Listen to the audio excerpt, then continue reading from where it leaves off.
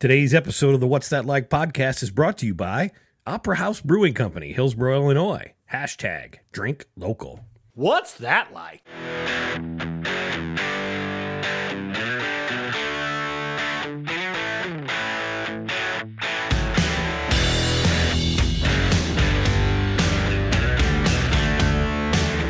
What's going on, people? Hey, another edition of the What's That Like podcast, and I'm your host, John Knowles. Back for another episode. I'm just going to get right into it. There's not going to be a big lead up. Zach Wygal, you're back in the house, brother. What's going on? I'm just enjoying my 5-timers jacket now, wearing my 6-timer It's already scarf. out of date. The 5-timer jacket is already out of date. Yeah, I know. It's a 6-timer scarf. 6-timer scarf. And I'm wearing it right now. It looks like one of those Hufflepuff Harry Potter scarves. Which is fine because, Harry Potter was a part of, our lives here in the past 10 years. It was, and that's what we're here to talk about. So, we've been doing the podcast now since 2017. We're probably, I don't even know how many episodes this is. This might be somewhere between 45 and 50. That's where we're at these days. Happy 50th episode. Yeah, whether it's sooner or later, I'll have to count them up. I haven't memorialized that yet. But one of the things we wanted to do, and I talked to Zach about a month ago, was why don't you come over and right at the end, we're taping this in between Christmas and New Year's, and wrap up the 2010s for Central Illinois. A lot of stuff has happened. A lot of things have come and gone, both good and bad. We'll talk about the news, the businesses, the sports, the sad things that may have happened, the great things that have happened maybe because of some of those sad things. And maybe we'll just talk about where we kind of see the future going.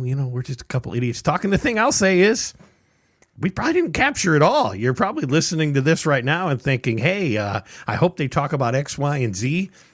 I hope we hit at least X and Y, but if we didn't get to Z, I'm sure that's probably going to happen. Don't you think, Zach? We're going to cover Q probably pretty well. we got the Q and the V. all sewn up. Yeah. All sewn up. Well, that's really what it's about. And before I go any further, once again, got to thank Tony and Jennifer there at the Opera House Brewing Company. They've been bringing you the show here all of season 3, all here in the fall of 2019. This is my final show of the decade. Whoa. And the Opera House has been bringing it to us. They've had a good little run here this fall. You've been up there a lot, haven't you, Zach? Let's not say a lot, but yes, a lot. Yeah. I love that place. And they just keep getting, some of their ideas just keep getting wilder and wilder. And like their turkey time. I had that, yeah. Did you have that? I tried it. Yeah, it was turkey broth with, some thyme. And wow, you could just put it over some mashed potatoes and called it a day. It was. I'm glad I tried it. Yeah. It was different. I think it's something you go, you know what? I don't know if I drink, a 6-pack of it. Yeah. But it was great to have a glass of it and go, that was good. It was very good. And I think that's what he was aiming for is just, but they have other great ideas. And yeah, like you said, they just keep getting bigger. Yeah. Their billboard just went up. And that's bringing people in. So, yeah, it's fun to see the direction that's going. So, and, well, anyway, once again, Opera House Brewing Company. Go check them out. Main Street, Hillsboro, Illinois. Drink local. They're a great bunch. Get over there and see those folks as soon as you can. And they've been generous enough to help bring you the What's That Like podcast each and every week. But let's get into it, Zach, as we kind of wrap this up. I can tell you already it's going to be a long show because we've got a lot of ground to cover, so I don't want to waste a whole lot of time here up front. As we were talking about in the opening, it's something we're going to talk about a lot of different things. And one of the things you and I both did was we hit social media. We tried to gather some insights from the fans, so to speak, on what were some of the big events that happened in this area. And we're not going to cover them like 1 through 10. There's no 10th through then the biggest. We'll just kind of hit them as we go. As we get started here, Zach, what were the aughts like for you? And when you hit this decade, what did you think was going to happen? And then, of course, whatever did happen did. I remember actually staring at that decade coming up, and I was like, either I can make this awesome or I could just make it terrible. And that's when I decided to make it awesome. And that was honestly 2010 is when I started. I quit my job, went back to school to become a teacher. I was going to school, and that's when everything started changing for me. That's when, some other things we'll be talking about soon, but this decade, I remember going in this decade, I was like, do I want the glass half full or half empty? and I chose to make it half full. It's a key thing you said you chose. Yes. And I think a lot of people, and maybe some of you listening, that's good advice for you too, is a lot of what happens around you is the position you might put yourself in. Obviously, bad things can happen. It's how you kind of react and react to those challenges that come out of it. You said it. You chose to make it better. You chose to make positive things happen. And I think that's important. Yeah, it is. Everybody going into this next decade, we can all choose this. Yeah. Well, hopefully the next decade is going to be as cool and as happy as the 2010s were. And we're going to make the world a better place, but we're going to kind of condense our discussion. Some of the stuff maybe goes beyond kind of our listening area here in Central Illinois. I always think of WTL Nation as kind of like Montgomery, Macoupin, a little bit of Bond County, Madison County, a little bit of Sangamon County. That's kind of where our base is if I look at my listenership and stuff on Facebook and where the downloads go. So we're going to kind of keep it to there, but we'll stretch beyond a little bit. One of the things that popped up, Zach, we'll just start with probably the biggest event that I got back on social media that people wanted to talk about was the Coliseum Fire. And that was back in 2011. I think it was July 30th, 2011. Do you remember much about the Coliseum? You were more in Montgomery County. Was that a place you ever frequented? I never went there before, but I remember hearing my dad talk about it. My dad loved concerts, and I remember him talking about seeing Tina Turner there. Yeah. So, yeah, I mean, it was a place that, honestly, I was hoping was still going to be around when I got a little bit older, but, it unfortunately was not. Because I was hoping to be able to share some of those same memories there. Well, you think about how into music you are and what you're trying to do, and we can cover some of that as we go along. And if you've listened to the podcast in the past, that's what Zach does. That would have been a great venue, to kind of marry up some of the ideas you have with a place like that. Don't even get me. I mean, to have a venue like that close to here, I mean, I would be ecstatic. The things that I would like to do there. I wish we had a venue like that around here because I would definitely utilize it for certain fundraising opportunities and bring in different bands around here. Absolutely. Well, the fire at that place, goes without saying, one of the biggest events that happened in Macoupin County in the last 10 years. Like I said, I think that was July 30th, 2011. I was there that night, not before the fire started, but after. I volunteer as a fireman here in Mount Olive. And we got called over there, and I got to tell you, I've never, ever seen that many, we'll call spectators to an event as I did that night. And we did a whole podcast about it. If you go back, a year or so ago, we had Jim Marcacci and John Euban who are actually creating a documentary on the Coliseum. If you want to listen to that, go back. Probably the number one episode. That's personally that's one of my favorite of your podcasts was that one. And it really kind of set this history of the place. We don't have to cover that, but the fire that night, so many people there. And, one of the things that Jim and John and I talked about when we had them on the podcast was, do you think that fire was a fitting end to that old girl? Would you? And I asked them on the podcast, I was like, would you rather seen it go out literally in a blaze of glory or kind of rot away standing in place? And they both agree. They kind of thought it was a good end. It had the biggest crowd Macoupin County had seen in forever and since. And obviously everybody wishes it were still there because they drive by and see the memories. But I think a lot of you that are listening, you still drive by, and when you look that way on Route 4 in Benilde, you still see it standing there anyway. I mean, it's certainly a big piece of history, and we'll just start with the big one. I mean, after that, in terms of big news, I don't know, we'll list a number of other things, but shame to see that old girl go. So skipping around, what was like one of the most memorable things you remember from the 2010s? I would say the Eclipse. The Eclipse, okay. The Eclipse, because it wasn't just that our was area. August of 17. But the buzz leading up to it and what everybody was going to be doing for it, where it was going to be shown at, was huge. And never seeing an eclipse in my life, I ended up going to Carbondale to watch it, watching the side of the stadium. And that was supposed to be the longest period of totality was going to be Carbondale, right? Yeah, that general area there in Southern Illinois. And it's going to be in the next one, too. 2024? It's the cross section. Going into it, I didn't know what to expect because I've never been to one. And I'm thinking, it can't be that cool. I just want to go down just because, of all the buzz being, created around it. And sitting in that stadium when it finally did hit, that is one of the coolest moments I have ever witnessed in my life for that, minute or so. I mean, you heard a collective gasp. There was the stadium was sold out. So that means there was about, I don't know, maybe 12,000 people in there. And at once you just heard everybody go, yeah. As soon as it hit, I mean, you just got goosebumps and chills and just sat there, with those glasses on, or actually you could take the glasses off at that point. Yeah. At that point. And wow, what a moment. And yeah, around here is big because we talked about earlier, the traffic jams.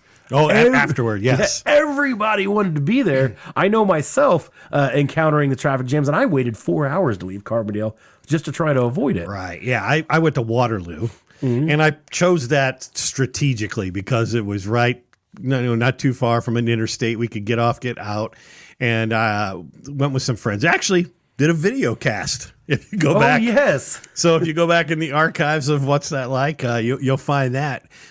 Yeah, the traffic was like nothing I've ever seen. By the time 55 kind of hit, let's say the Hamel area, maybe this side of 270 or 70, it was bumper to bumper. I remember going out on the overpass here just because I had to go over to Staunton to my mom's or something that night. The entire interstate, bumper to bumper. Route 66 all the way up north, bumper to bumper. Right past What's That Like Nations, the Studio 312 here. We're right off Route 66. Never seen that much traffic in my life. It was nuts. Yeah.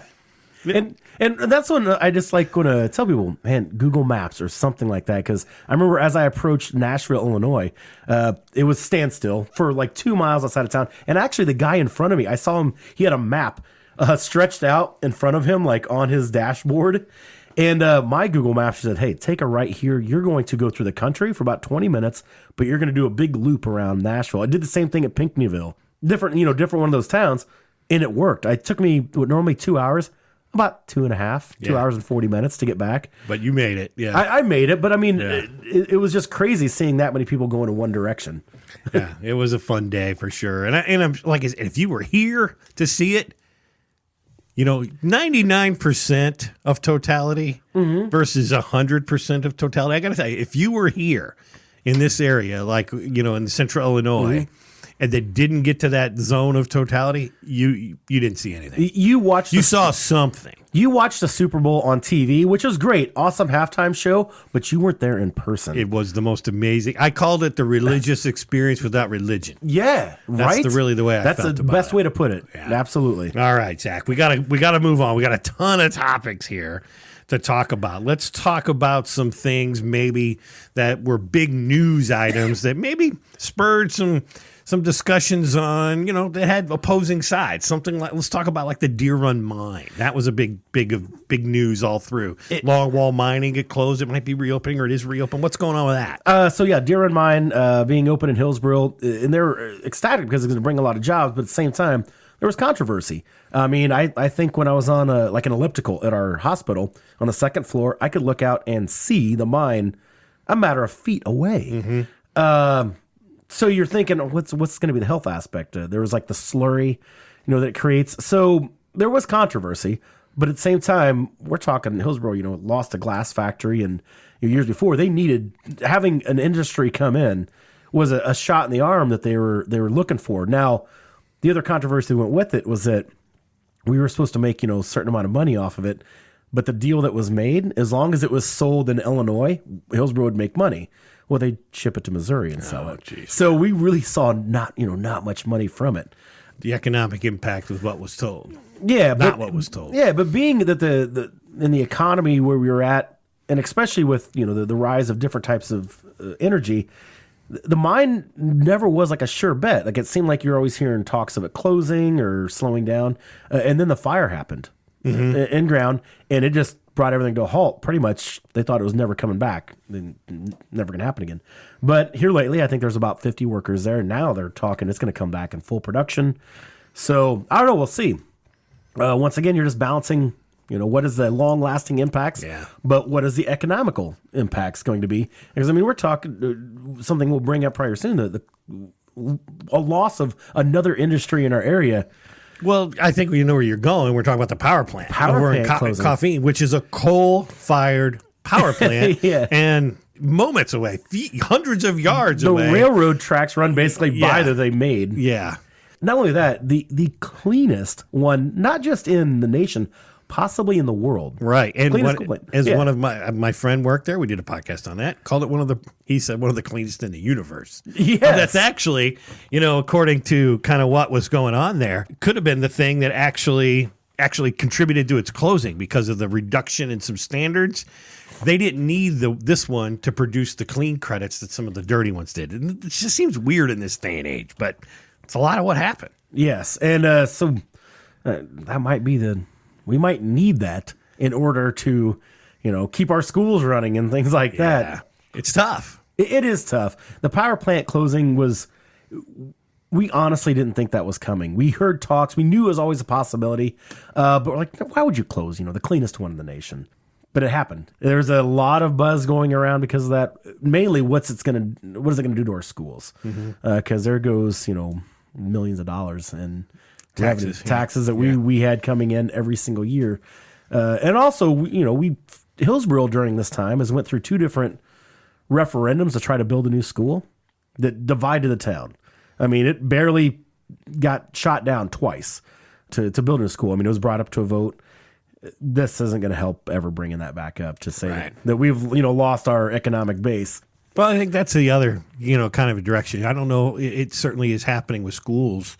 Consolidation is always on the forefront. That a lot of it didn't happen yet. That's something that we could be seeing in the 2020s. I don't know. We'll just see where that goes. And that's talks that's going on for us as well. They met with different powers that be in different areas. They did a study basically on it to show how much it would cost, where it should be located, and what it could do. But I also look at it from the perspective that there's a lot of towns, small towns, that still get by that don't have a power plant. I mean, we were just fortunate enough to have one, but not every town had that. A lot has happened there from a business perspective. Yeah, as you said, industry coming in, industry leaving. And that's really led to a lot of the rebirth of this area as well. Locals coming back, from a business perspective. We'll cover some of that as we get further down the list here when we get to our business category of kind of things. But, along the other lines of like news, you were just talking about the schools. Some of the big things that happen is school funding got reformed. Yes. And that, I know you were a big proponent of some of that and helped. Well, you can tell your story. I don't need to tell it for you. Andy Manar, who was elected, I think, in 2011, built his initial campaign around, hey, I want to change the way we fund schools because a lot of these downstate schools, smaller schools, are just not getting their fair shake. Like what we're spending per student, let's say $3,000 per student, up north and other places that have way more money than us are spending $8,000-9,000 per student. Not saying that we can have the golden pools like they have, but we need a little bit more help in the way we distribute the funds. And Andy fought for years to the SB1 bill, which ended up getting shaped to another one. But I remember helping with that, going to different schools, talking alongside different administrators, giving a teacher's perspective, and also helping them up in Springfield. It was just to see that pass. That brought, even though it may not seem like much, but an extra, let's say for Mount Olive, they probably got an extra $350,000-400,000 a year. There's a lot that can be done with that in a town of your size. Right. I think Hillsborough is around like $750,000, maybe like extra year. Wow, to have that, and that's just something that we weren't expecting, and now we have coming in every single year. And it's something, the other thing is a lot of the local communities. I know Macoupin County passed the 1% sales tax to help boost it up. Montgomery's County's got that too. We did as well. That certainly was a big news item, whether to vote for the penny, that type of thing. That evidently did, it passed in most places. That certainly helped. I'll go back to the school funding, your story there. In 2010, you never thought you'd be a big advocate on something. That was probably never something even on your radar when you got going, was it? No, not at all. Honestly, like doing anything really wasn't like that. I just know I wanted to be something different and do something different. But when you're outspoken, I felt like if I'm not helping the cause and doing what I can do, then what's the point? Use your powers for good. Exactly. Let's move on to another thing. And one of the big events that always happens, and I know this isn't necessarily a news-related item, but I know it's certainly something that you are very into, and that's weather. you're a part of the big, what do you call your little, merry band of weather watchers over there in Hillsboro? According to Superintendent David Powell, yeah, we're the merry band of weather idiots. Okay. But no, we are. But that's not, you're not forecasting year round. No. You're specific to one little item. We generally. are the most trusted school closing forecast team in the galaxy. Yes. And any adjoining galaxies. But yes, the weather. And we don't forecast the weather. We just forecast the percentage. Closings. Yeah, school closings. Based on reported weather. Reported weather and trends, gadgets, other little trinkets that we have to help farmers' almanacs, you name it. You've got a network of spies in many other neighboring communities. You got to have spies. Yes, yeah. Yes, I can't name them because, don't want to put confidentiality. Right, yeah. But that's certainly a big thing with you folks, making sure you teachers, are on it. Because you're just helping the public out prepare for next day stuff. It's our like sworn Netflix, duty.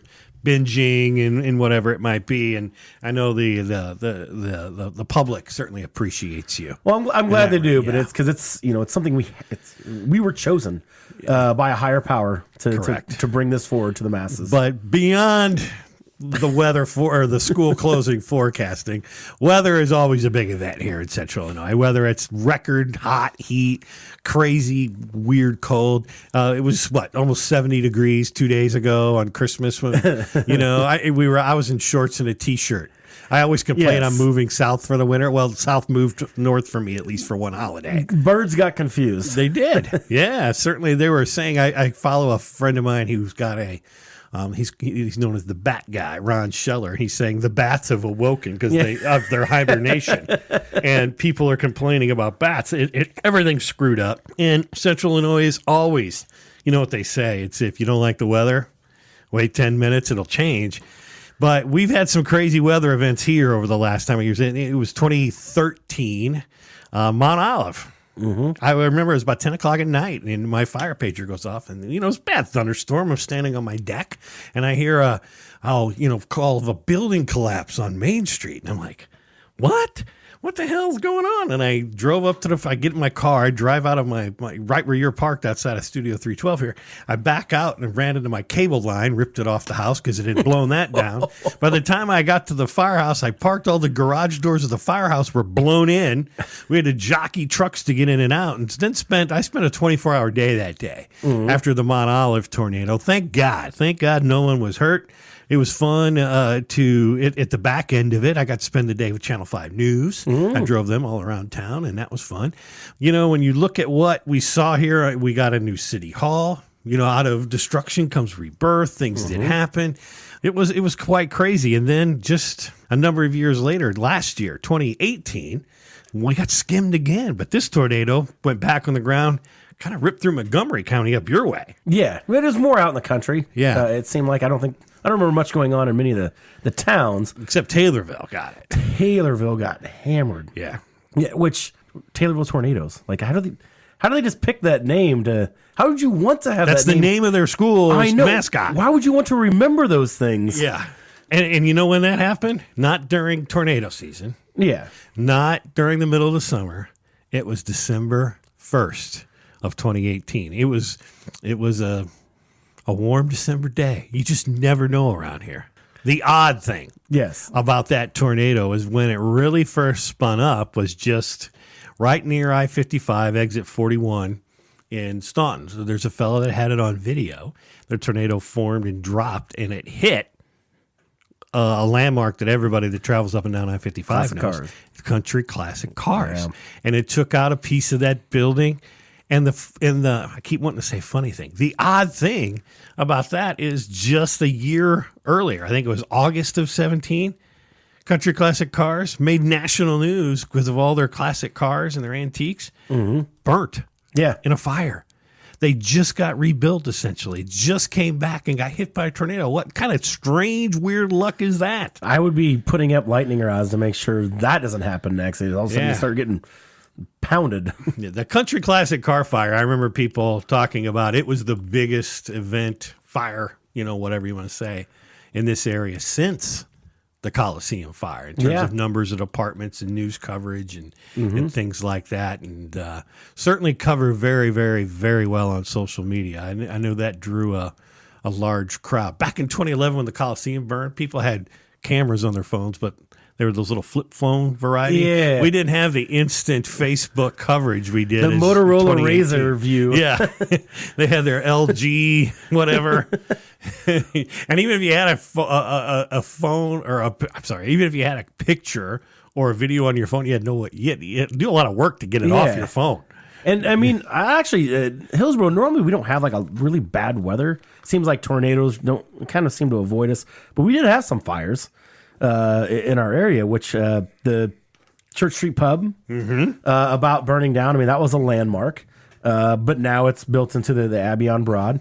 Canton Inn on the corner, it burnt and then moved to reopened at a new location. And even here lately, the dojo right next to the theater burning. And I remember Son Clayton's place. Son Clayton's, when that was happening, you're like, okay, that you could just tell by the fire that is going to be lost. But I'm like, don't go after the theater. Don't touch the theater. Oh. And God bless the Hillsboro firefighters. Yes. They saved that theater. Saved the block. And also, I mean, there was someone, Alex Eisentraut lives third floor of the theater. And they were able to get her out, help get her out safely. Yeah. And that certainly, leads us, kind of through a lot of the big news. I'm sure we forgot some things. I know we did. But that's something, if you want, comment, let us know. Tell us what it was. Share it with everyone on social media, what we forgot. Certainly, we'll just say it. I'm a firefighter, so I'm kind of partial to first responders in general. Mm-hmm. We lost some of those folks along the way. I know some police chief in Raymond. We lost Kyle Deathridge on the interstate. I'm sure I'm missing a few folks. And those things are just, when folks go out there and put their life on the line every day and bad things happen. And it's just not, I get a little choked up, you can see. Yeah. And I mean, having friends, that work for the police department, just hearing some of their stories and not only that, I think about them now when there was a really tragic accident, along the road outside the prison. Yeah. Very recently. Yeah. And to have to go there and see that firsthand. I mean, I wasn't a part of that, but, just some of the first responders that had to be there to see, all that. They have to live with that every day. It just seems like it's happened so often. We lost, was it 2 years ago? We lost those 3-4 girls on the interstate up near Hamel, in the construction zone there. That construction zone was just terrible. Yes, just a terrible stretch of highway for so long. I felt, those first responders in that area.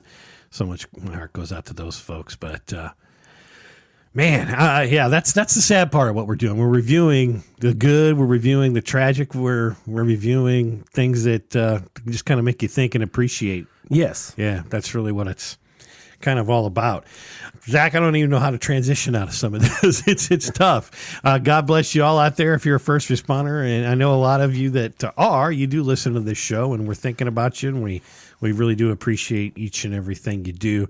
The thing I'll say about some of that is that it really did spur growth in a lot of different areas. And, we think about people that have kind of taken sadness and turned something different. We mentioned Kyle Deathridge. I know they raise money in his name with a big run every year. That's great.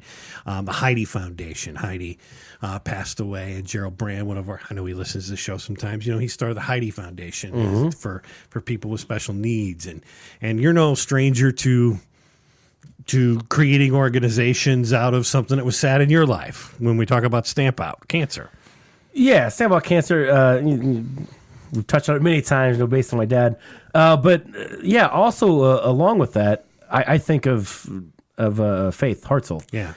And I remember it was when I was going back to school to become a teacher, I was doing some of my, what do you call it? Not actual student teaching, but kind of student teaching in Litchfield. I did 2 different stints there. And I remember us making origami birds, a class, for Faith.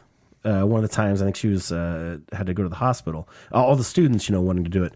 Following that journey on social media, and then, of course, ended up becoming, friends with her parents. They were participants at Stamp Out.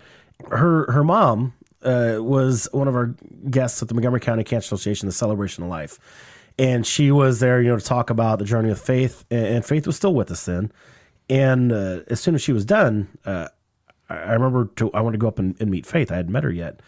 And I've had the fortune to meet some, people that I've idolized before, just through different concerts and just luck of the draw. Right. But I've never been more starstruck than I was when I met Faith. Yeah. That girl, she's a rock star, an absolute rock star. And the way she carried herself with so much grace and dignity throughout all of that. And the way she uplifted everyone around them when all they wanted to do was just, be sad. And she wouldn't allow them to be sad. I'm like, that right there was a truly amazing human being. And yeah, Stamp had already, started then, but I still, to this day, you can draw inspiration still from Faith. And we do. Stamp Out now, we're heading into our 10th year. 10th year. Talk about a decade.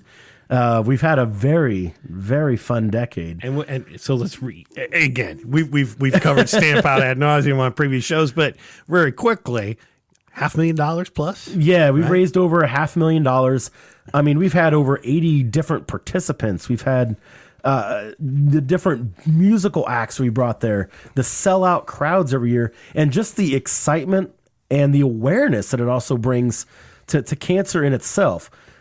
We wanted to kind of carry on that it doesn't have to be such a sad thing to think about. Well, let's celebrate, the friends that we've lost. Let's get out there and just basically let's kick some ass in their name. Yeah.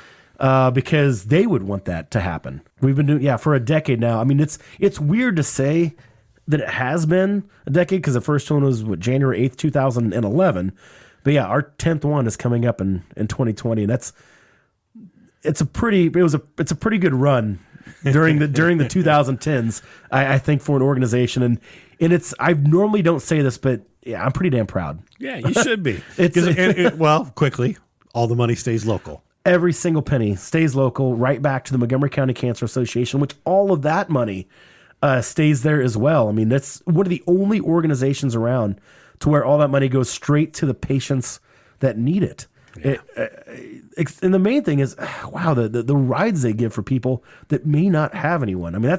They're there for people that think that they're alone. That's the best part of all of it. Yeah. Well, you talk about your organizations with Stamp Out, Pete Vizentine had Fight the Fight.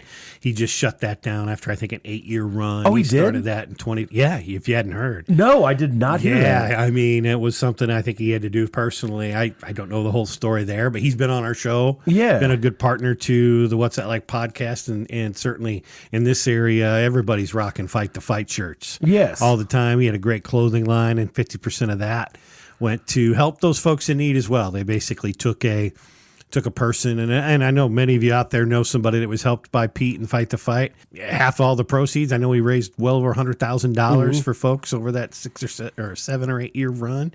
It's sad to see that go, but everybody wishes Pete well, and it's not like he's done. I don't think Fight the Fight is over. I think he's still involved in some things, but the full-time business that it was for him is no longer there. And you think about things like big events.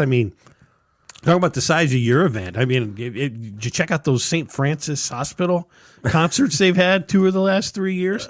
Huge. Yeah. With Robbie Robinson and his band and Rex Robinson and the folks there that came back and put those concerts on. I went to the last one. Oh my God. I think they did $130,000 or $40,000. Yeah, that's cool. That's awesome. What else? What else? Lots of great organizations have been born just in helping people in need in this area. Well, and if I have to also bring up Imagine Hillsborough, where we saw a need for, we wanted to start something to where anybody could be a part of. We saw the almost dying breed of kind of like service organizations, and how sometimes they were kind of the inclusivity of it. How maybe like certain people, like maybe women couldn't, be blah, blah, blah. So we're just like, what if we started an organization to where anybody can be involved and also builds upon your talents? And that's why we have the different goal organizations of Imagine. And we just watched it take off because, once again, that's another nonprofit. All the money stays local. But we're able to take some of the talents of people and the vision of people and run with it. And that's turned into our Christmas celebration, the cardboard boat regatta, the summer concert series, which honestly, that did start for me in 2010, but it didn't really take off more until we moved it with Imagine. And that was when Imagine started 4 or 5 years ago. But still, all the different cool things that are going on with that. And we're hoping by starting that maybe other adjoining towns would want to, get the ball rolling for that as well, because all of us have to help ourselves. Sure. We can't wait for a magic fairy, to come in and just say, here's a big corporation to help you out. Yeah, and a lot of towns are doing that. You guys in Hillsborough, you have the big Christmas time. I know Carlinville has always done that. They've done some concerts on their square. Yep. Gillespie has, certainly had Black Diamond Days, and they've been doing that. Litchfield. One of the big events they've got now, the Pickers Market. Pickers Market is huge. Yeah. Pickers, so big. There's just always something. I always tell my wife, we'll go up there once or twice a year. And she'll go, what are you looking for? I go, I'll know when I see it. Yeah. I don't know what, I don't need anything, but it's like if you walk around there, you'll go, oh, there's that thing I needed. My friend collects like NASA space stuff, and I'm walking through there, and there's like a set of, brandy snifter and some tumblers from like the 60s that had the Apollo. I'm like, $10. I got to buy those. I don't even know if he needs them, but I had to buy it. You just never know what you're going to find there. And what I liked about it, I remember I went to like some of the earlier ones, was that all the shops would be open too that are around there. Yeah. And I never went to those in my life because there are a lot of times that are ones that are maybe just open till 5 o'clock every day. I may not be in Litchfield until maybe the weekend or later on that night. So I remember stopping by every little shop they had, whether it's up my alley or not, but just to show that, this is, I appreciate, what they're doing, what that organization's doing with the Pickers Market. And then you watch it sprawl too. Right. It was just downtown and it was like, oh no, we need side streets. We need it all. One of the most, I guess he's a national celebrity now. Yes. He's there all the time at the Pickers Market. That's Hobo Jack. Yeah. American Pickers, the TV show, went to his place, and I know where it is. Mm-hmm. You gotta kind of go find it. But it's not like I snuck onto his property or anything. Yeah. We're not encouraging anyone to do that. But you're like, you never would. Why that guy? Why at that time? And celebrities sometimes are just chosen, not because they want to be. Well, and they're bringing music there too. Yeah. So all of that is just super impressive. And that's, isn't it Mark Brazel helps organize that? And, I have no idea, but kudos whoever it is. Yeah, because they got it pretty well, it seems like down to a science, and they're able to expand for whoever wants to come there. Yeah. But you gotta be careful. If you venture into Litchfield on one of those Sunday mornings and you didn't know what was going on, you have no idea what you're looking at in terms of traffic. Yeah, I ordered Domino's one time this last year. It just sounded like had like a coupon to sound like a good idea, and then when I get into town to pick it up, I'm like, oh crap. I had to park like 3 blocks away because I remember I called them and I was like, can I just like meet you guys somewhere, and pick this? Because once I figured out when they got in town, they're like, not really. Yeah. Another big organization that really turned the whole area on its head, and I was certainly involved, or got to be involved is the best way to say it, was Turner Hall. Yes. Turner Hall been around for 115 years. You probably never heard of Turner Hall before 3 years ago, had you? No. And why did you know what Turner Hall was? Queen of Hearts. The Queen of Hearts. I said it wrong. Playing with the Queen of Hearts. But yeah, that was something I will tell you, being a Turner Hall member, that started back in like 2016. And Todd, who was the president of the organization at the time, Todt Overby, my buddy, he said the guy that works on, which is another thing that's really changed, the rise of video gaming in Central Illinois. We can talk about that in a minute. But the gaming person that services the machines there at Turner Hall said, oh, you guys ought to try one of these Queen of Hearts drawings. He's like, what's that? Mm-hmm. And he's like, oh, well, we sell you this board, and there's 52 or 54 cards turned over with the 2 jokers, and you just have a drawing every week, and then if somebody hits the Queen of Hearts, you win it. If not, you throw all the tickets out and you start again. And I would go up there every Friday night, Zach, just me and my friends, and there'd be 35 of us. Maybe there'd be 12 people there on a Friday. Then it was 50. And it was like, yeah, this is great for business. Mm-hmm. And I think the first one went maybe, I don't know, 7-8 months or something. And one of the fellas that won it, he won like $14,000 or something. I don't even remember. Yeah. And we're like, wow, that was awesome. $14,000. Can you believe that? And then it got huge. And so why I got involved is I was up there when it started hitting like 30 or something. I've got it all documented somewhere. And my friend goes, hey, what's that like? Why don't you do a podcast on this? And I'm like, I don't think you understand what podcast means. You know, how am I going to audio broadcast this on tape delay or something? And so I decided I'll go Facebook Live. And that's when that's when I took off as a brand. What's that like? That's where the drawing took off, and I was, dude, you were there. What was the crowd like? So I remember like that when I started hearing about it, and honestly, to rewind, we actually got suckered into it too. The Queen of Hearts sang at the Moose in Hillsboro, but we would always cap it because I was on the Moose board then. Against my judgment, at $2,000, you're like, well, we've already reached a $2,000 pot. You know, the old timers there. Let's just start up a new one, or put that towards a new one. But we'd still have a bigger crowd than we normally do with the Moose to try to win, you know, once it would get to $2,000. Yeah, then I hear about, there's this thing going on in this place in Tuner Hall in Mount Olive. You could start winning, what was it? I think at that time when we started going there, 80, maybe 100,000. Like around there, we're like, and that started to become a Friday night ritual for my friends and I to head over to Mount Olive. And I remember that first time going to it, we didn't know what to expect. We did not know we were going to have to park, you know, in Siberia to get there. I mean, we were just blown away. When we go walking up, it was like a mini festival was going on. I mean, the streets were blocked off. People were walking from all directions, like Woodstock's getting ready to happen. We get there, and there's this huge tent outside. Like, this is insane.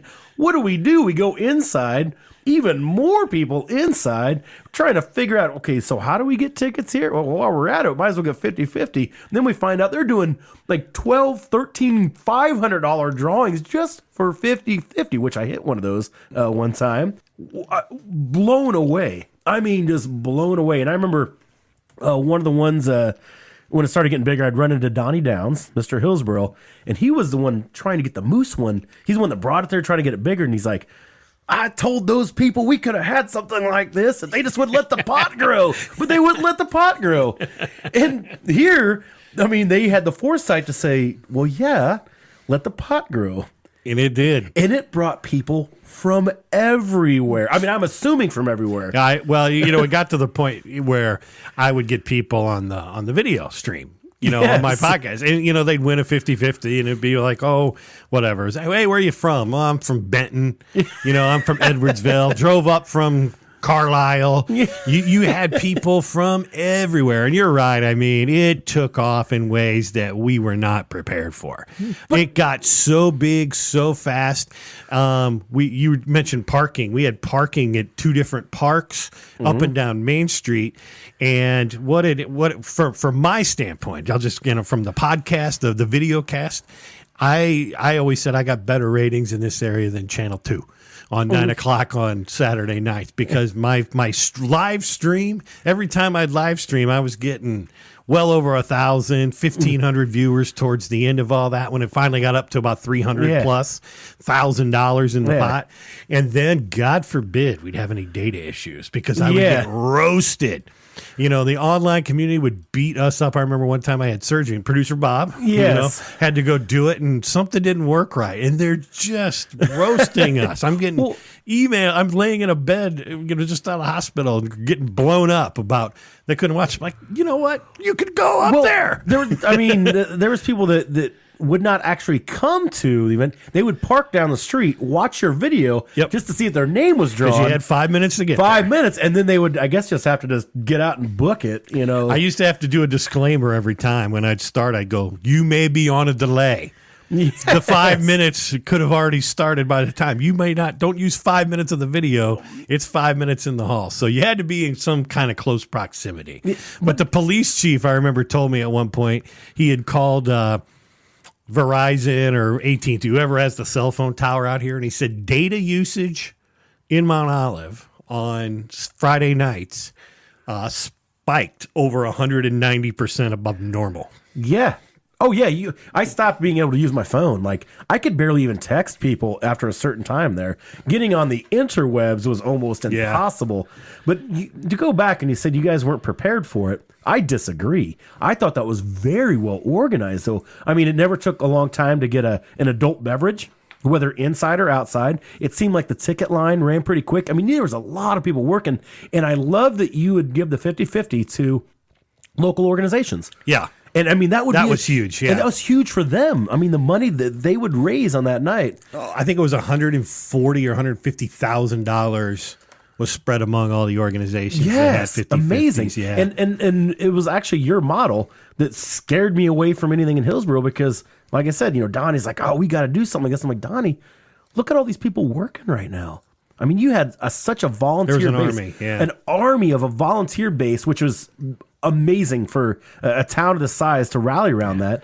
But they bought into the idea, hey, this is going to help us in the long run. Talking about the good, part of our drawing was 10% of that went back to Turner Hall, and that was supposed to fund, I should say it went back to Turner Hall. It went to fund Mount Olive Park. So you go uptown, right on Main Street, brand new park, all the playground equipment, lots of stuff, lots of improvement. It helped out the hall tremendously. We've got a lot of capital improvements that are being done there. It was certainly something. We've taken a lot of time talking about the Queen of Hearts, but that was big news. Very big news because the entire area. Yeah. It really was. People came from all around. And, for me, I became this, I hate to use the word celebrity, but I'm recognizable around the area. Oh, that's the thing.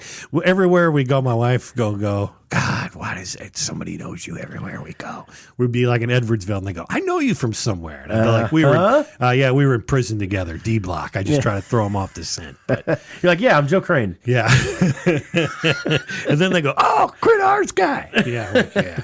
Let's move on from that. I mean, Turner Hall, big organization, not for profit. A lot of the other things we've talked about too, whether it's Stamp Out, MCCA, Fight the Fight, the HEIDI organization, St. Francis Hospital, all those, the stuff we were inspired by faith and a lot of the other things. Go ahead. Oh, no, and another one, that Grace Hershelman. Bringing INAD to the forefront. No clue what that was. And they've done a lot of good job raising money and bringing awareness for INAD in their sweet, wonderful daughter, Grace. Yeah, that's right. We had Emma, prayers for Emma. We had a lot of that going on too. So prayers to all those folks. And a lot of that, when we talk about businesses coming back, a lot of that local folks helping local people. And I will say, Zach, over the last, you think about the 90s and the aughts, as we call them, you saw a lot of, especially we were talking about it off air, like in Litchfield, the loss of downtown and starting to come back a little bit, maybe. You saw a lot of commercialization, small mom and pop places closing, big commercial, big boxes, whatever, popping up. But locals coming back. Which is crazy when you think about it. I mean, just hearing you even say it there. I remember like when the 2000s hit, they're like, oh, big box, this big box brick and mortar is going to run everybody out. And it really, some of the small mom and pops didn't know how to combat it, and they went by the wayside. But then we've noticed the 2010s, now the brick and mortars are being challenged, like the Best Buys and stuff of the world by Amazon. So you would think in that climate, there's no way that mom and pops can make a comeback, because if the brick and mortar big box retailers cannot even combat what's happening online, then there's no hope for humanity. But I digress. Yeah. I mean, just think about all let's start with something near and dear to our heart. Beer. I think we saw it first with local wineries. Yes. You saw a big boom in local wineries. You had the 4C winery. I think that was probably the last decade. Shale Lake over in Livingston, this decade. Number 5 in Beneld. That's this last decade. The wineries kind of popped up, but now it's kind of a beer thing and a distillery. So our friend Tony and Jennifer, but the Opera House, I mean, how big has that become? Because not everybody's wine drinkers. I'm not. I like the brewery renaissance. Yes. I was of this, turn my nose up at this craft brew stuff. I'm good. Give me my whatever, my Busch Light or whatever. I used to drink Coors Light. Busch Latte. Busch Latte. Give me a Corona, that was stepping out on a limb. Oh. But then, I started liking the Blue Moon, and that led me into this craft brew craze. And I think a lot of folks are going along with the ride. They are. Yeah. They are. Well, because it's kind of like there could be something for everyone. Yeah. If you're not big into like the heavier beers, like, well, we got these ciders too. We got these, lighter flavored ones. We got turkey flavored ones. I mean, Right, we talked about that. Yeah, there's something for, really, there could be something for everybody. And that what has started there at Opera House, it's just the way they've approached it and the way it keeps going. I know when I stopped by there, and even when I was there just the other night, on Christmas night, actually Christmas night, they were the only place, I think, open, like the only like bar type setting, and it was packed. And you looked around and you just felt like that was your family too. Because it's not like other settings where you have that, you might walk into a place and some sad and like depressed person sitting there, on Christmas, maybe by themselves, and there's two other people in there. This was like a joyous occasion. People that were in there, they're in there with family, they're in there with friends, and it's just a different vibe, a different feel. And I could go on. We've had, things about the Opera House, but they are taking off. I mean, they're getting ready to distribute so other people can enjoy their products. And it's just, I can't say enough what it's done for our downtown, though. People come in and they stop and they see that. And that's kind of a sign of progression. Right. That okay, maybe this town's on, the upswing. Because, and I've said it before, nobody wants to come into a dying town just to save a dying town. They want to see people willingness to fight back. And Hillsborough definitely has done that. And Opera House is a corner. It's a central part of that. Opera House, the theater. You mentioned I addressed the local theater scene is locally owned theaters and what they're doing, making it special. The Red Rooster. Yeah. Is going to be something we'll see in the next decade. Really yes, that's cool, definitely going to be in the next decade. But, all those little things, like, we're talking about the local places. You mentioned the Canton Inn fire. That's certainly a big Canton deal. Inn also is like kind of like our Popeye's Chop House of the area. There's a lot of their business actually comes from out of town. That they like coming to that quaint little restaurant in a small town, like people would go to Popeye's in St. Rose or McClintock's. And Linda's actually done a really good job of some of the local, not local, but actually bringing in local talent to play there. And she has artists from all around St. Louis coming in. So, and she even brought in a guy named Matt Wynn, who was a runner-up on American Idol. I've had for summer concert series. So just what she's doing, bringing people from out of town, is also helping with the scene as well. Because when they're there, then they hear about the brewery, they hear about other things. Just like at the brewery, they're like, "Hey, where should we go eat?" That's one of the places that are mentioned when they're in town. Yeah, lots of businesses. Like I said, I think we're seeing this. It's a changeover. Like you think about like Hillsborough. We talk about the big boxes. The Alco came and went. Staunton had an Alco that came and went. I'm not sure if that was an Alco all over or just those locations. I don't know. The Alco, they had one in Greenville and that went too. I think all of them just maybe they shut did, down. But at the same time, it was nice to kind of have a box store because you could get some things. Mm-hmm. But Dollar Generals, they pop up like weeds anymore. We've got one here in Mount Olive. There's one. Every town's got one or two. We're up to 3 Casey's and two Dollar Generals. That's progress, man. Yeah. And normally with them comes a Red Box, which right there, we saw in this decade. Oh, the rise and fall of Red Box. Yeah. The loss of video That's stores. not just a Central Illinois thing. Yeah. But we still have one, though, in Litchfield. Still have a video store? Yeah. Isn't... Oh, yeah. There's the Family Video. Family Video's still there. So you can still go rent DVDs. In person. In person. Yes. And get a recommendation. It's like if you worked there, it'd be like Zach's picks and John's picks. Yes. We could have had picks. Yeah, I tried to talk them to let me do that at the record store, which we have in Hillsborough now, the Gold Pan Records, which is right next to Black Rabbit Coffee. Honestly, I was there the other morning with one of my friends. She was down from Chicago, and she just looked around. It was packed in there, and just people sitting around laughing. And it was actually Christmas Eve, and anybody that came in, it was free. But they just didn't advertise it. You walked in, you went to go pay, and they just pointed the sign that said, "Coffee's on us today." It was like she looked around, she goes, "This is a Hallmark scene right now." Because everyone is sitting around smiling, enjoying their coffee or their tea. Yeah. And that's what the people are realizing is that if you break away from big box stores, and it's not just Hillsborough, this is any town, that's a feeling that you can't just buy. you walk in an experience, and that's what makes it better than. Well, when you're doing it, you're not putting it to some stockholder's bottom line. It's not about the profit of some board.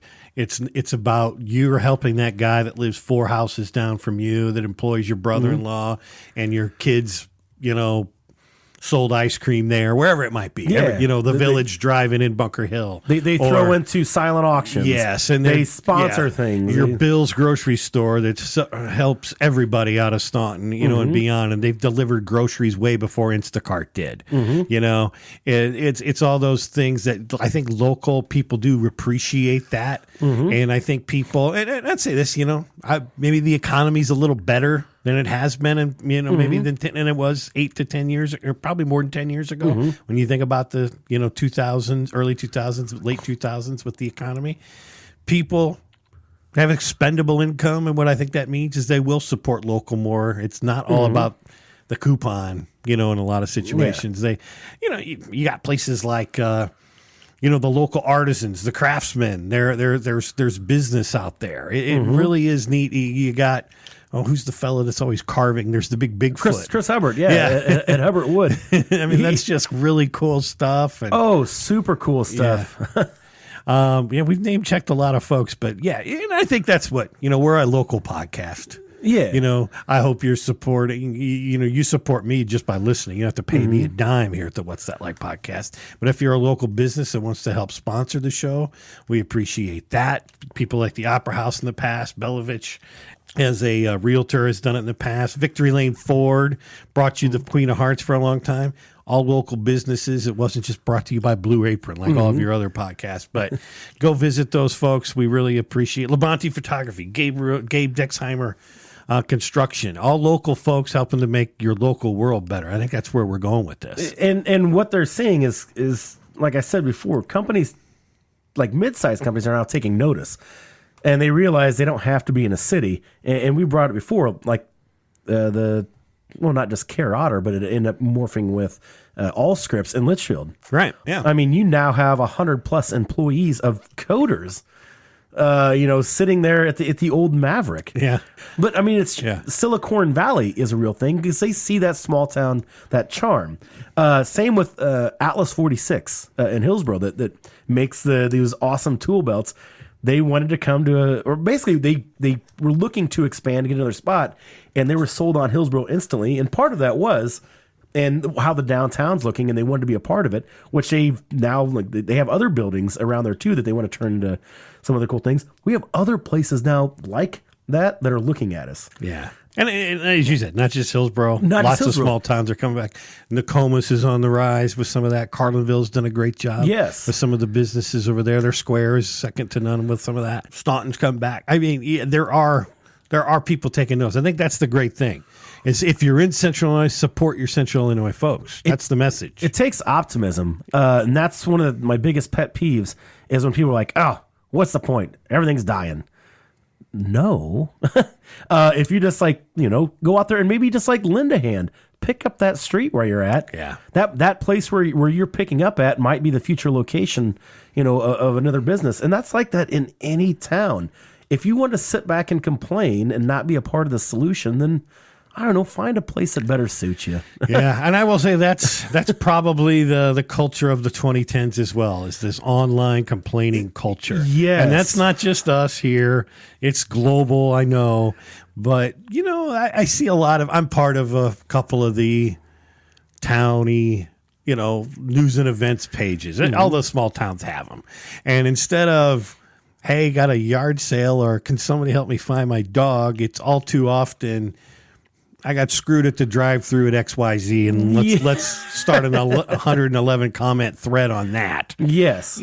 Come on. And I mean, just like it seems like it's been for years, you can't, those bad apples always just find a way to, and there's not that many of them, really. I'm so optimistic that there's way more good people. And I'm not saying they're bad people, way more positive, forward, thinking people out there. But, man, they can really bring down a whole group. Well, it's a vocal minority, I think. Vocal minority. The way I like to look at it, and I think it was Zabe Lincoln who said, better to keep your mouth shut and be thought the fool than open your mouth, or in this case, type a bunch of things and prove you're the fool.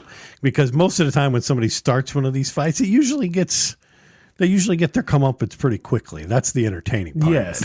well, Abe also said, don't believe everything you read on the internet. So Abe did say that. Yeah, I saw it in a meme, so it must be true. But yeah, folks, that's my only soapbox moment, please. Oh, God. Be a little more positive about the place you live in. Make it a better place instead of bringing it down.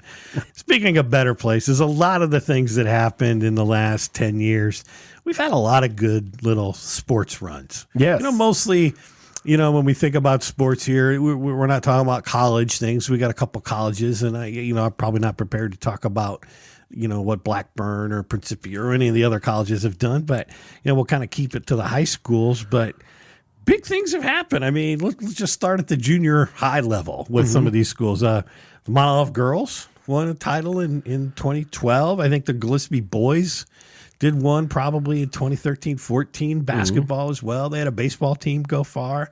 Staunton's had a couple of folks that they get escorted out of town for. Their girls team almost made a run this year. I think they got second, if I'm not mistaken.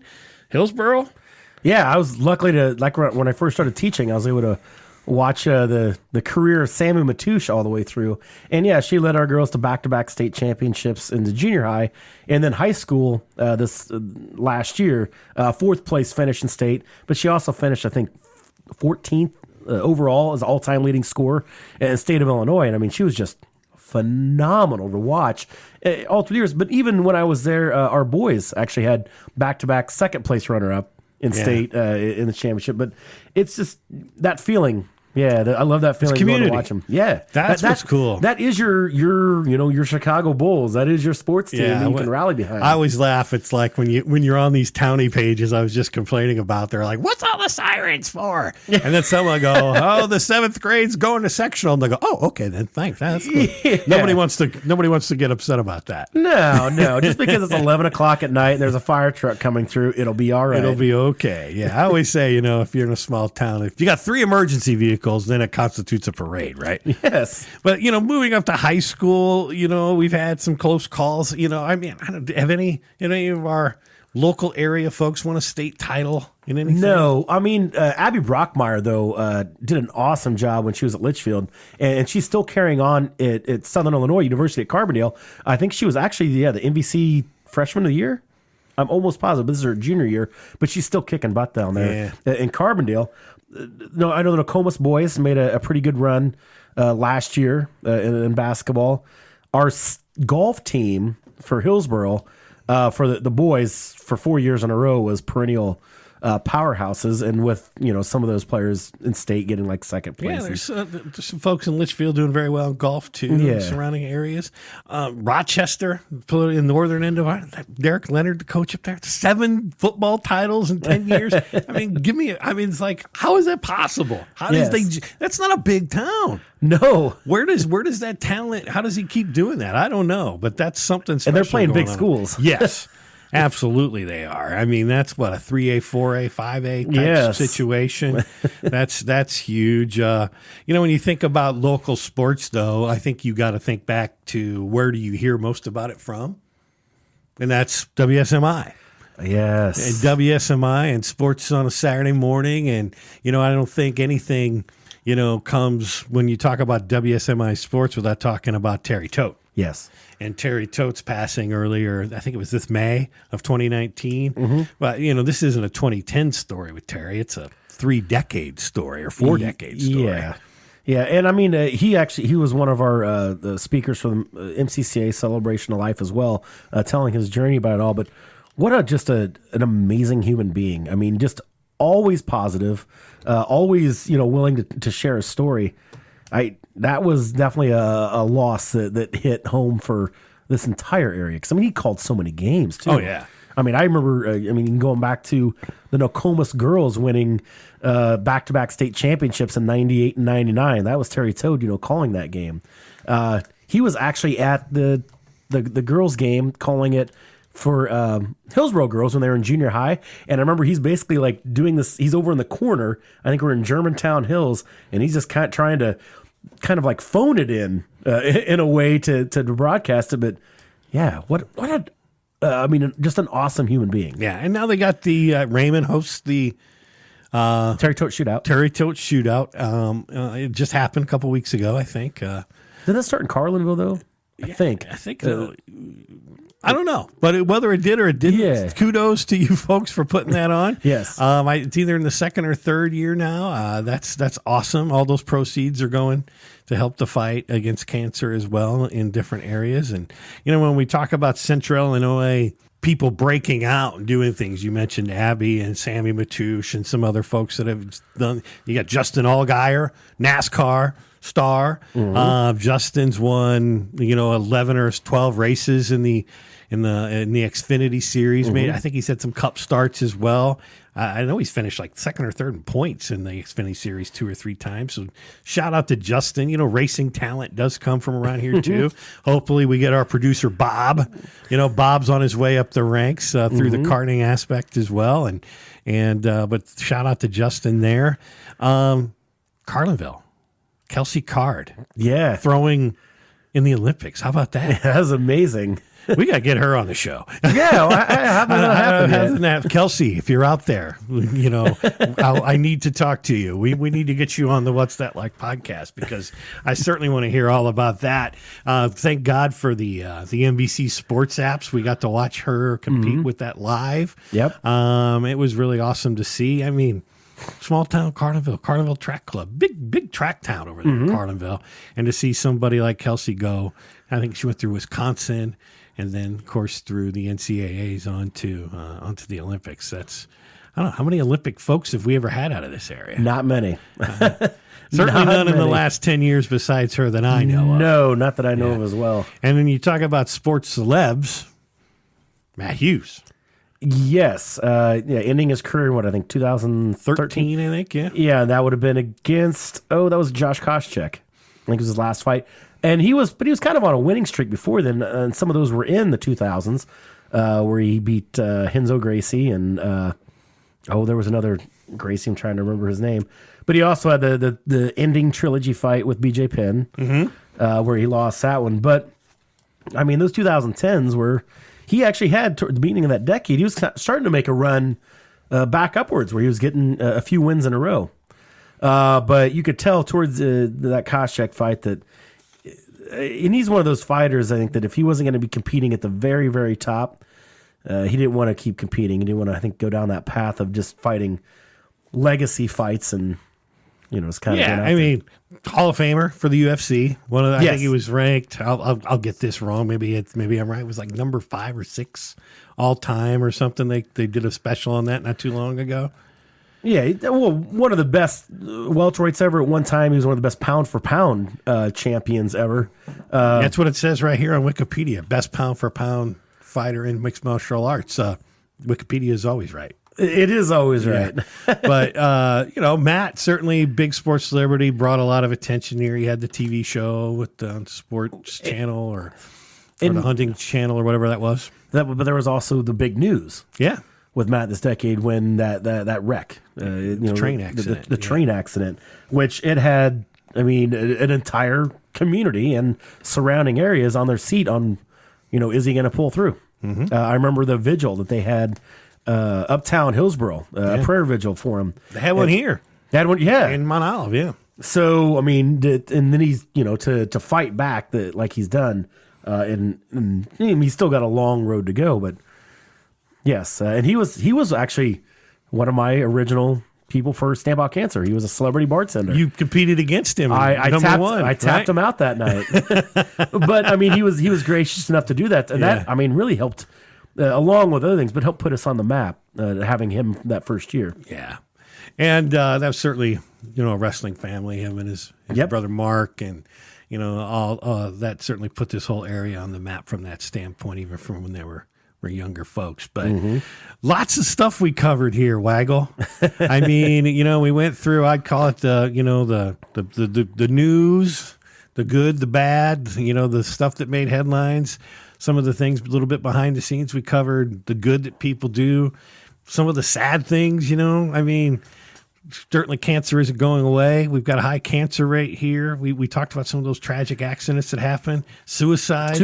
We didn't touch on that. God. Like we just went through our school a study, University of or Southern Illinois University at Edwardsville came because we noticed that we were having such high suicide rates. It's actually some of the highest in the nation, and they did a study with our all of our students from grade school all the way up through high school.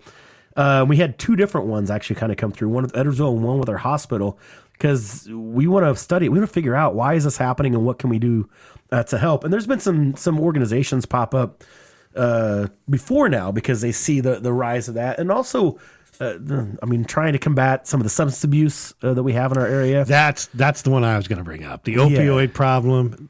Pardon my French. I don't cuss usually on this show. That shit is real. Yes. The opioid problem is real. I've seen that as a first responder firsthand for the last 3 or 4 years. I've been a firefighter for 20 years next month. The opioid stuff in the last 2 or 3, I cannot tell you how many times.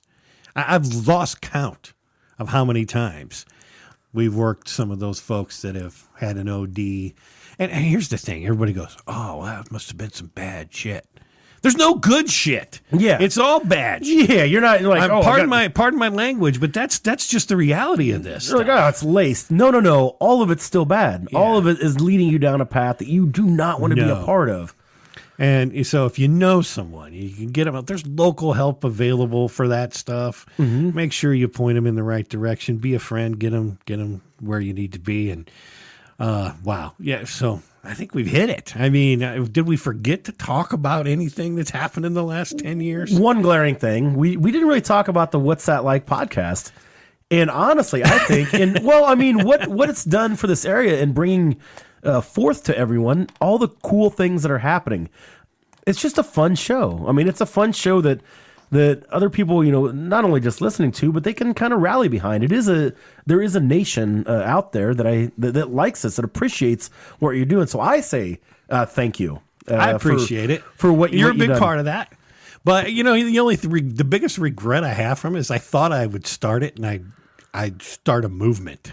Yeah, that we'd see more of them. And more podcasts? There's certainly hundreds and thousands of podcasts. Yeah. More locally focused stuff. I didn't think I'd still be 3 years on, really the only one doing this kind of thing here. I've actually talked about it with people starting one, but it wouldn't actually be about this.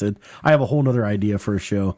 Actually, you and I have other ideas for a show. What you and I don't have, I'll say me in particular, is more time. Exactly, yeah, is the time for it. So it's like, do I continue the as Charlie Daniels so eloquently put it, when he has to play Devil Went Down to Georgia, he says, I better dance with the girl that brought me. Uh-huh. So when I talk about my podcast, do I dance with the girl that brought me to where we are today? Or do I end it and go with idea number 2, which I don't even... Well, as we this show is kind of a precursor to what idea number 2 could be, where it's you and I discussing a lot of things. But, on hour 3 of this podcast, now we can go of the best of the decade, music and movies. I mean, that's why I'm here, right? We're talking about the best of the decade there, right? It is, but yeah. Well, anyway, that's the thing. I kind of go back and I thought more people would do this. But it really hasn't happened. We're still the one that I think, unless I'm missing someone. And please, if there's another local, let's band together. There's power in our numbers. I'll tell you, there's talkers and there's doers, and you and I are doers. A lot of people say they like to do things, and I will say this, I can't stress enough. If you have an idea to do something, do it. People are there to help you. People are there to, not just like ideas for podcasts, ideas for fundraisers, ideas for businesses. If anything, this past, over this conversation we've had here today, is that people love community. They will band together and they will help out. They will help blossom your ideas because it is coming locally. It's not that hard to make a difference. No. And I think a lot of people start something, and when it's not hugely successful in its first attempt, well, they give up on it. And you got to build through something, like whether it's a podcast or a fundraiser or a small business. I think a lot of people start a business and they get in way too far over their head, and before the businesses become a real thing. And I think you got to take and they go buy a brick and mortar place. They start do it out of your house first. Do it with low overhead. Make it become a thing. And I think when you think about things like a podcast, I didn't go buy a studio.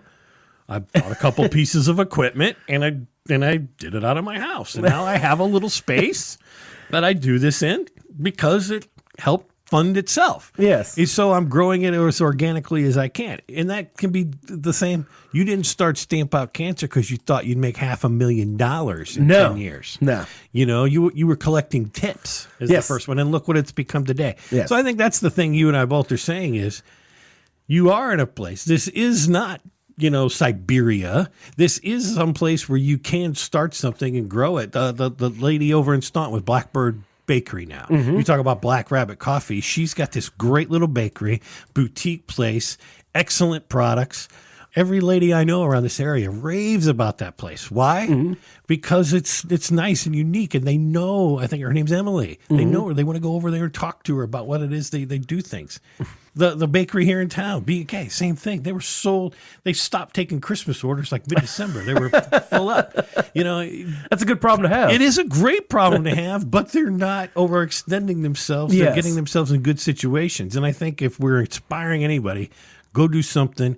Don't wait for big corporate America to help you. You can build something if you have determination and don't go too far too fast. Yes. And failure is part of it. It really is. I mean, you might think, well, this podcast sucks, but I think it's better than the first one I did. We're getting better as we go. Oh, no, I've watched the decline. It's been first one, best one. They got perennially worse. They got frequently worse. But because I wasn't on the first one. So once you started introducing me in, it's just like you just hit the bottom of the barrel. Zach, you're such a celebrity. Bottom of the barrel. I had to establish the show before you'd ever consider me. Oh, well, that's true because, my secretary is at first no, my publicist actually is my publicist said that you might want to look elsewhere. All right, so let's start to tie this thing up as best as you and I can. Bold predictions. What do you think about the next decade? I see this trend continuing. As I walked into this decade saying, man, why can't, this past decade, why can't more people just see what this world could be like? And then watching it come to fruition, like small towns, things like that. I see it going more in this direction because it's not that people don't like bigger cities. They're seeing what a community feels like and being able to establish a life there. So I think for our area, I see another brewery type place popping up. I see more, bakeries like that, just more specialty shops. And that hallmark, Charles Dickens, whatever type of America I think it's coming back. For us around here. I can't speak globally what I think is going to happen, but around here, the trend is going in an awesome direction, and it's due to just awesome people. I think you're right. My prediction would be that we start to see instead of the decline in numbers of residents in some of these small towns, I see the trend starting to reverse. Yes. And I'll tell you what, I work in the city. I work for a Fortune 500 global company. Working remotely is perfectly on the radar of most of these places. They're trying to reduce huge footprints, price per foot for real estate, huge office buildings. Everybody's got to be in one place. We got this thing called the internet, which you got this show from. It doesn't matter where you're in Hillsborough, Mount Olive, Staunton, Gillespie, San Jose, California, Las Vegas, Nevada, or Miami, Florida. You can work in a smaller place, and I think people are going to get a better price for their value. They've got so much money they're going to make. They can buy a better home, smaller town, whatever values is they're looking for to get out of some of these more urban environments. I do see these smaller towns to pick up, particularly ones that are along major thoroughfares like I-55, what have you. If you're within 5-10 minutes of an interstate, I think you're in pretty good shape because people still got to get out and get to places, and they want the convenience of it. But an extra 5 or 10 or 15 or 20-minute drive to a better way of life, I think they're going to enjoy that because they don't have to commute like they once did. The rat race to me is ending. Yeah, and there's great talent out there that does not want to be in the city, and now they're able to capitalize on it there. And with that, I wholeheartedly agree that people are going to be able to work more from home. But I also see things like makerspace type things popping up in smaller towns. We're like, okay, so you may need a conference room. You may need, like a place to print certain things. And so I see small towns embracing that and saying, hey, here's like a small little office place that you can just kind of come in and use when you need to still be able to do some of the things you might have to do at a bigger place, but to entice people to live around here. Right. Yeah, definitely that trend is coming. Well, I hope we see that. I hope we see the continued growth of some of this. Hashtag local. Hashtag Listen local, man. Hashtag small town cool. Yeah. I think we're getting there. I do think it's been a great decade. It has been a wonderful decade. I mean, certainly we've had tragedies. It's not been great for everyone on a personal level, but from an area level, I think it's been pretty good with, certainly setbacks along the way, but positives there to offset that. Way of life is pretty good around here in Central Illinois. Yeah. If you're listening to this podcast from somewhere else, it's a pretty cool place to be. It really is. And people are taking notice. Yeah. Zach? John? I don't know what else to say. This is the end of this show. It's an end of a decade. I mean, this is the end of the decade. We're just going to ride this thing all the way out. No outro on this show besides this one. What? I was thinking that what if the Y2K actually just forgot and happens now? In 2020? In 2020. So everybody should at least be prepared that when clock strikes midnight, maybe this is the year when it all shuts down. It could be. Nope, we're good. Yeah. Okay. All right. Once again, want to thank you for coming on, Zach. Once again, we want to thank the Opera House Brewing Company for bringing you this. This is the last show of the decade. Yes. You're probably listening to it in the new decade. That's okay. But certainly I've had a lot of fun bringing you the show the last 3 years. We'll have some more episodes. I've already got a couple taped in the can. In the can. As they say for 2020. So we will certainly be back at some point. If you're looking to help sponsor the show, we've mentioned a lot of local businesses. Any of you out there would like to help out the What's That Like Podcast Nation, we'll certainly take your help. Just let me know. Shoot me a message on Facebook. If you're listening, don't forget, rate and review the show on iTunes. That helps a whole heck of a lot to move it up there in the rankings. I know we have people listening on Spotify, on TuneIn. They listen on certainly on Apple Podcasts, Google Play Store. It's out there on all those platforms. I can't end the decade without thanking each and every one of you. Thanks for Turner Hall for allowing me to bring the What's That Like podcast to many, many, many people. I want to thank Bob Krug, producer Bob, for helping us get this show going. Good luck to him with what he's got. He's a senior in college now. He started this week. He's a freshman. Whoa. He's like the real deal now. So. Wow. Big man on campus. Yeah, big man on campus. Zach, 6-time show, man. Was this your favorite one yet? Absolutely. But all of them are my favorite one. All of them are my favorite ones. Every time. All right, buddy. That's it for this edition of the What's That Like podcast. I'm John. That's Zach. You get to say it. Oh, it's definitely it's your decade here for this. All right, then. Peace out. What's That Like is available in the iTunes and Google Play stores. Search for What's That Like. Subscribe today and never miss an episode. Streaming is available at SoundCloud.com and on the SoundCloud app. Follow What's That Like at Facebook.com/What's That Like Podcast and on Twitter at What's That Like Pod. All opinions of the guests of the What's That Like podcast are their own, not necessarily the views of the host or the podcast producers. We hope you enjoy this podcast serving Central Illinois and beyond. Peace out!